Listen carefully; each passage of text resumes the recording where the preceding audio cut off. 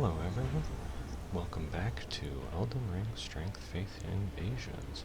Today we are just gonna go with some nice, feel-good wins, because sometimes life is hard, and you just want something fun to celebrate with. And I'm assuming if you're here, hopefully you're rooting for me. So, our first invasion here is in Liurnia, and I am trying to see what these two are about. However, I noticed that they have a lightning heavy thrusting sword and another and Malekith's black blade, so they are going to be doing some heavy hitting, and also they're going to get some extra bonus damage from me standing in water if they do tend to use any lightning. And also, they are not waving back, and I've waved a lot. As you can see with this first lightning bolt, they are not having any of it of being invaded. Now, here I am using a Golden Land Faith Zweihander. Now this is maybe not the most effective invasion weapon, but it deals a lot of poison and stagger damage, and as you can see, Golden Land deals a ton of damage, and if someone is overly aggressive, they kind of just die.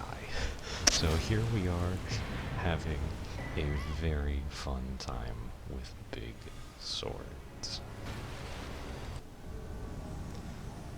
Alright, here we are in our second invasion in Crumbling Fair, Missoula.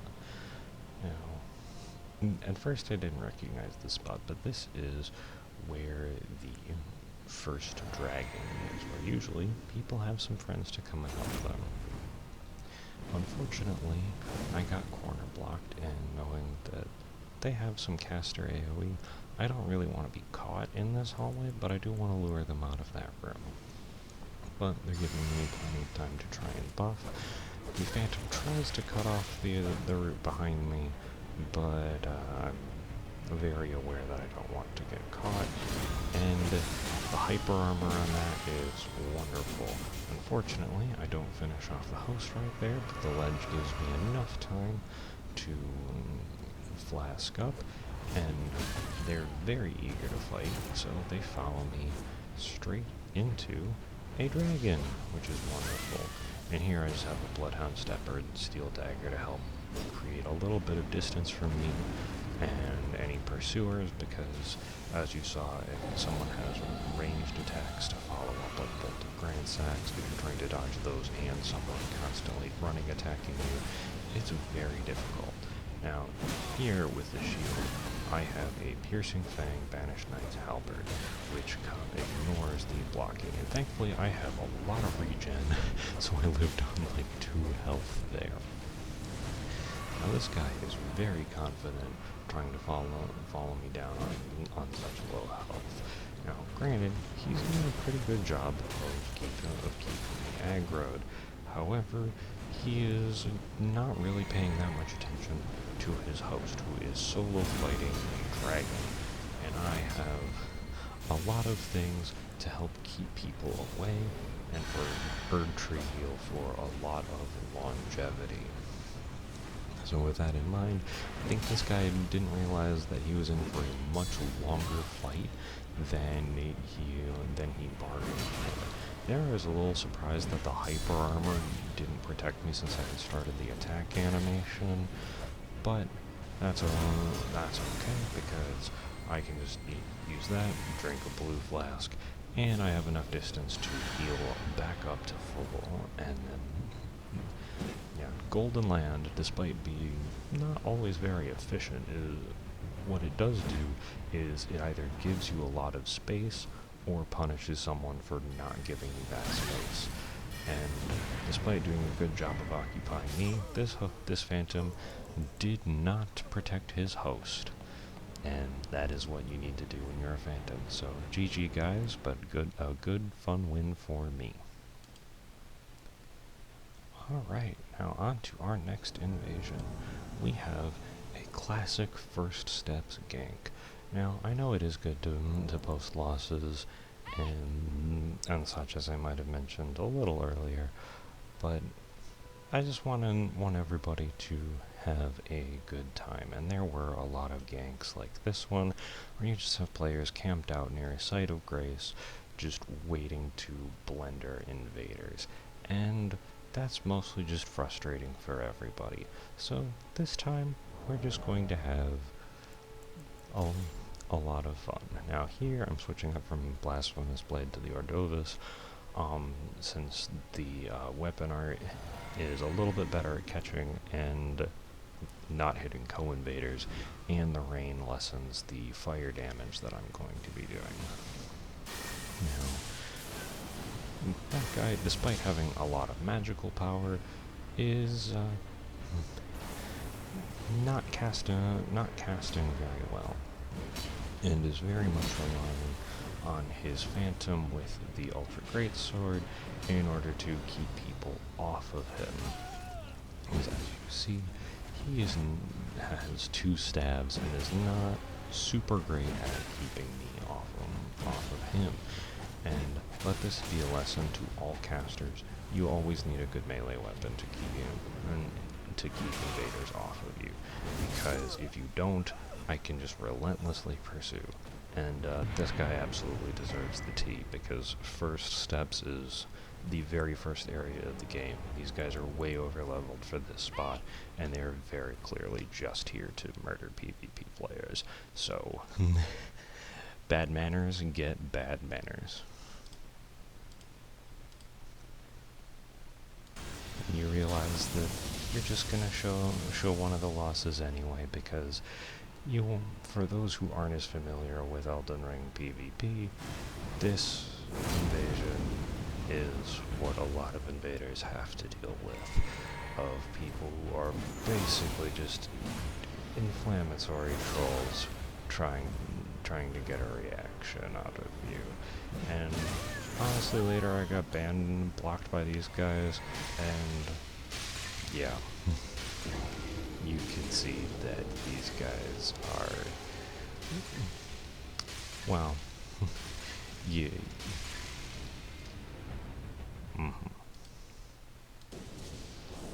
Alright, now we're actually moving on to a different Castle Soul gank, but as I alluded to, we're here for a good time, and so to make sure that I'm having a good time, I am equipping a very, very annoying setup of a Bloodhound Step Bloodhound Step light thrusting sword, because it is very easy to hit with, very easy for me to dodge, and also the Scarlet Rot on the Anspar Rapier is very, very useful to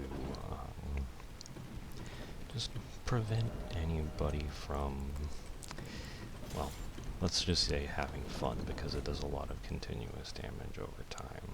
Now, what's really funny is they're not able to summon one of their cooperators, so they're off just standing, trying to summon their friend, who probably has me blocked on Steam and therefore can't get summoned into the game, and here I come to have a good time. And what's really funny is I moved the elevator into the up position, and as you can see, this person has the Radon swords, which are known for pulling people very long distances. So as you can see, they were probably thinking of using the elevator in order to pull me into the pit below, and they just died because they were heavy rolling and had a very poor setup. So, bye guys, try to gank a little better next time.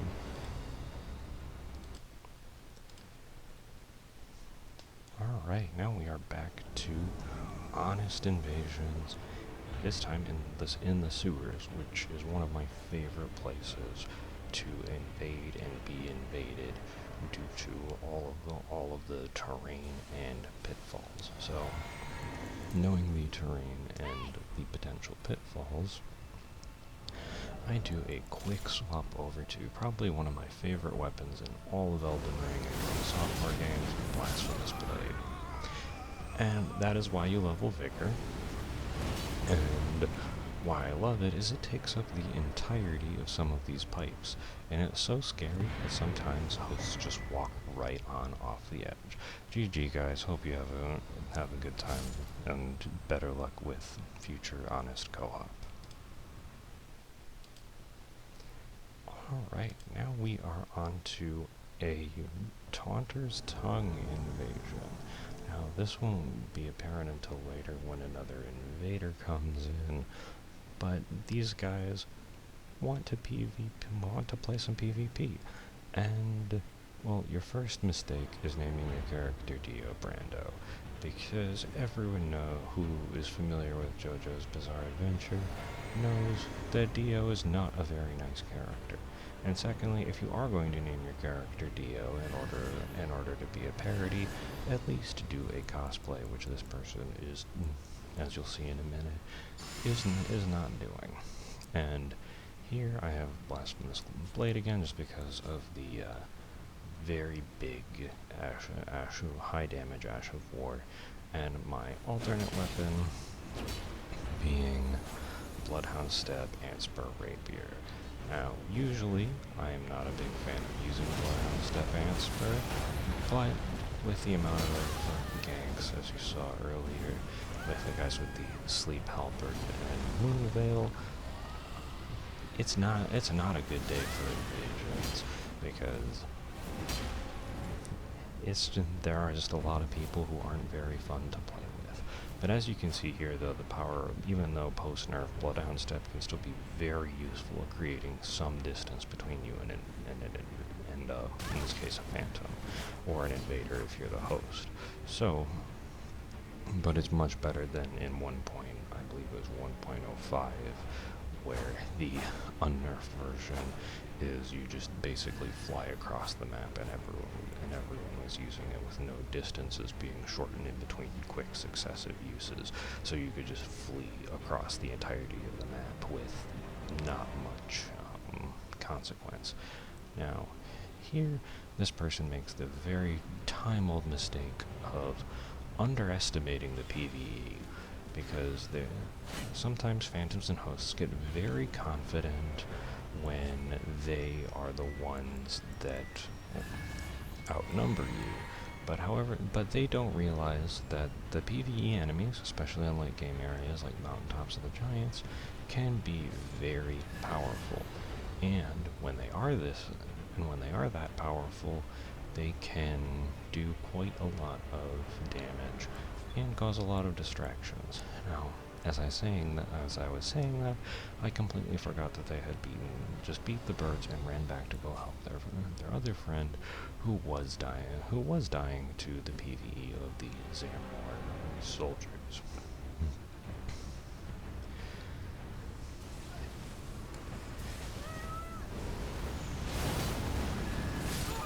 And that's what you get for Bloodhound Step for all of your dodges, and not paying attention to invaders. And as you can see, Dio is just doing a Radon cosplay build, and it's not, well, it can do a lot of damage, but it is not very effective if you aren't sure what you're doing with it. So now here, I just get to run around a little bit and have some fun. And this poor Phantom is completely abandoned by his host, which, if you're running a gank, granted they're probably trying to resummon, you don't abandon your friends. That is the last thing that you want to do, because if your friend is by themselves and you guys are relying on each other in order to win, they are gonna die, and it is not going to be pretty.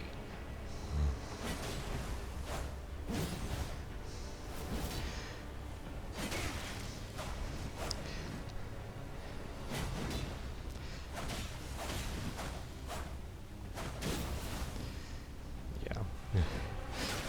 Bloodhound Step is very powerful, and sometimes you just need a poisoned pokey stick. And as you can see here, they have another invader coming, so the host ran back to resummon to try and get his friend back before a second invader comes, and, well, they're a little bit too slow. And knowing that they have the Rune swords, I know they're going to try and pull me off the edge, but I'm a little bit smarter than that, so I'm not going to stand next to the edge. And although they do a lot of damage, the Rune swords are very slow, and if you're relying on trying to pull someone off the edge, well, you actually need someone to fall for it. And last lesson, don't stand in front of a giant lightning storm. It's a very, very bad idea. And of course, the point down for Dio, because Dio's a big jerk in the anime.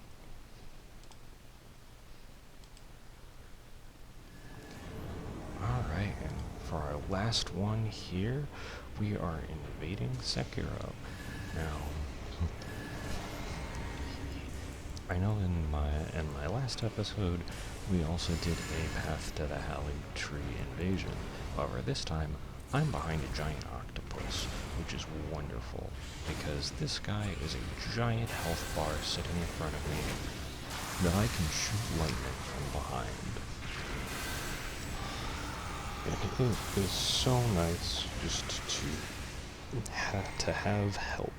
In this case, in the form of a giant self-cannibalizing octopus. In addition to having some vulgar militia guys around me. And here, again, I have Blasphemous Blade and Ancient Dragon's Lightning Strike in order for just to cover large chunks of area. And although there are probably more efficient weapons, such as the Answer Rapier, in terms of just doing single target damage, sometimes I like playstyles that generally just say I am better utilizing space and timing than my opponents, because there are a lot of players where if we're just going down in terms of your button skill, they're going to beat me. But if I play smarter, using some of these big spells and weapon arts, then I have a very nice chance of doing well. And now here, with the double spears, pretty much on both of them, I know that I am in trouble, especially now that a hunter is summoned. So, it is time to run down here on the invisible floor. And this is a very important tactical decision that I made.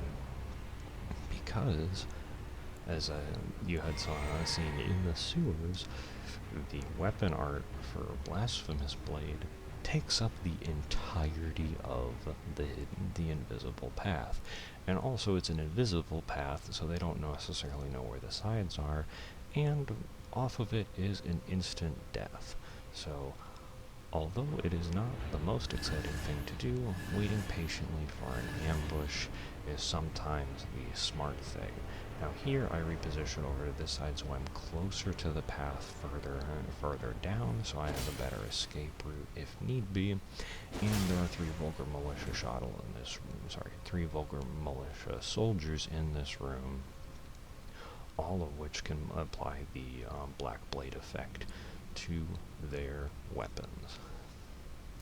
And now, after having finished out the last area, the host and their phantom and hunter are coming this way to, well, have a very bad time as they have to go down to the invisible path. And they haven't seen me in a while, so their big mistake is not realizing that I'm waiting for them. Nice try, guys, but you're not gonna get away from an invader that easily.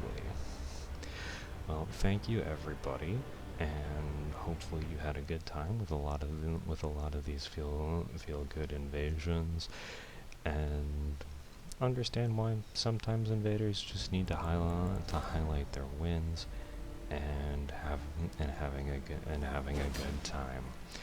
So thank you very much for joining up, everybody, and we will catch you next time.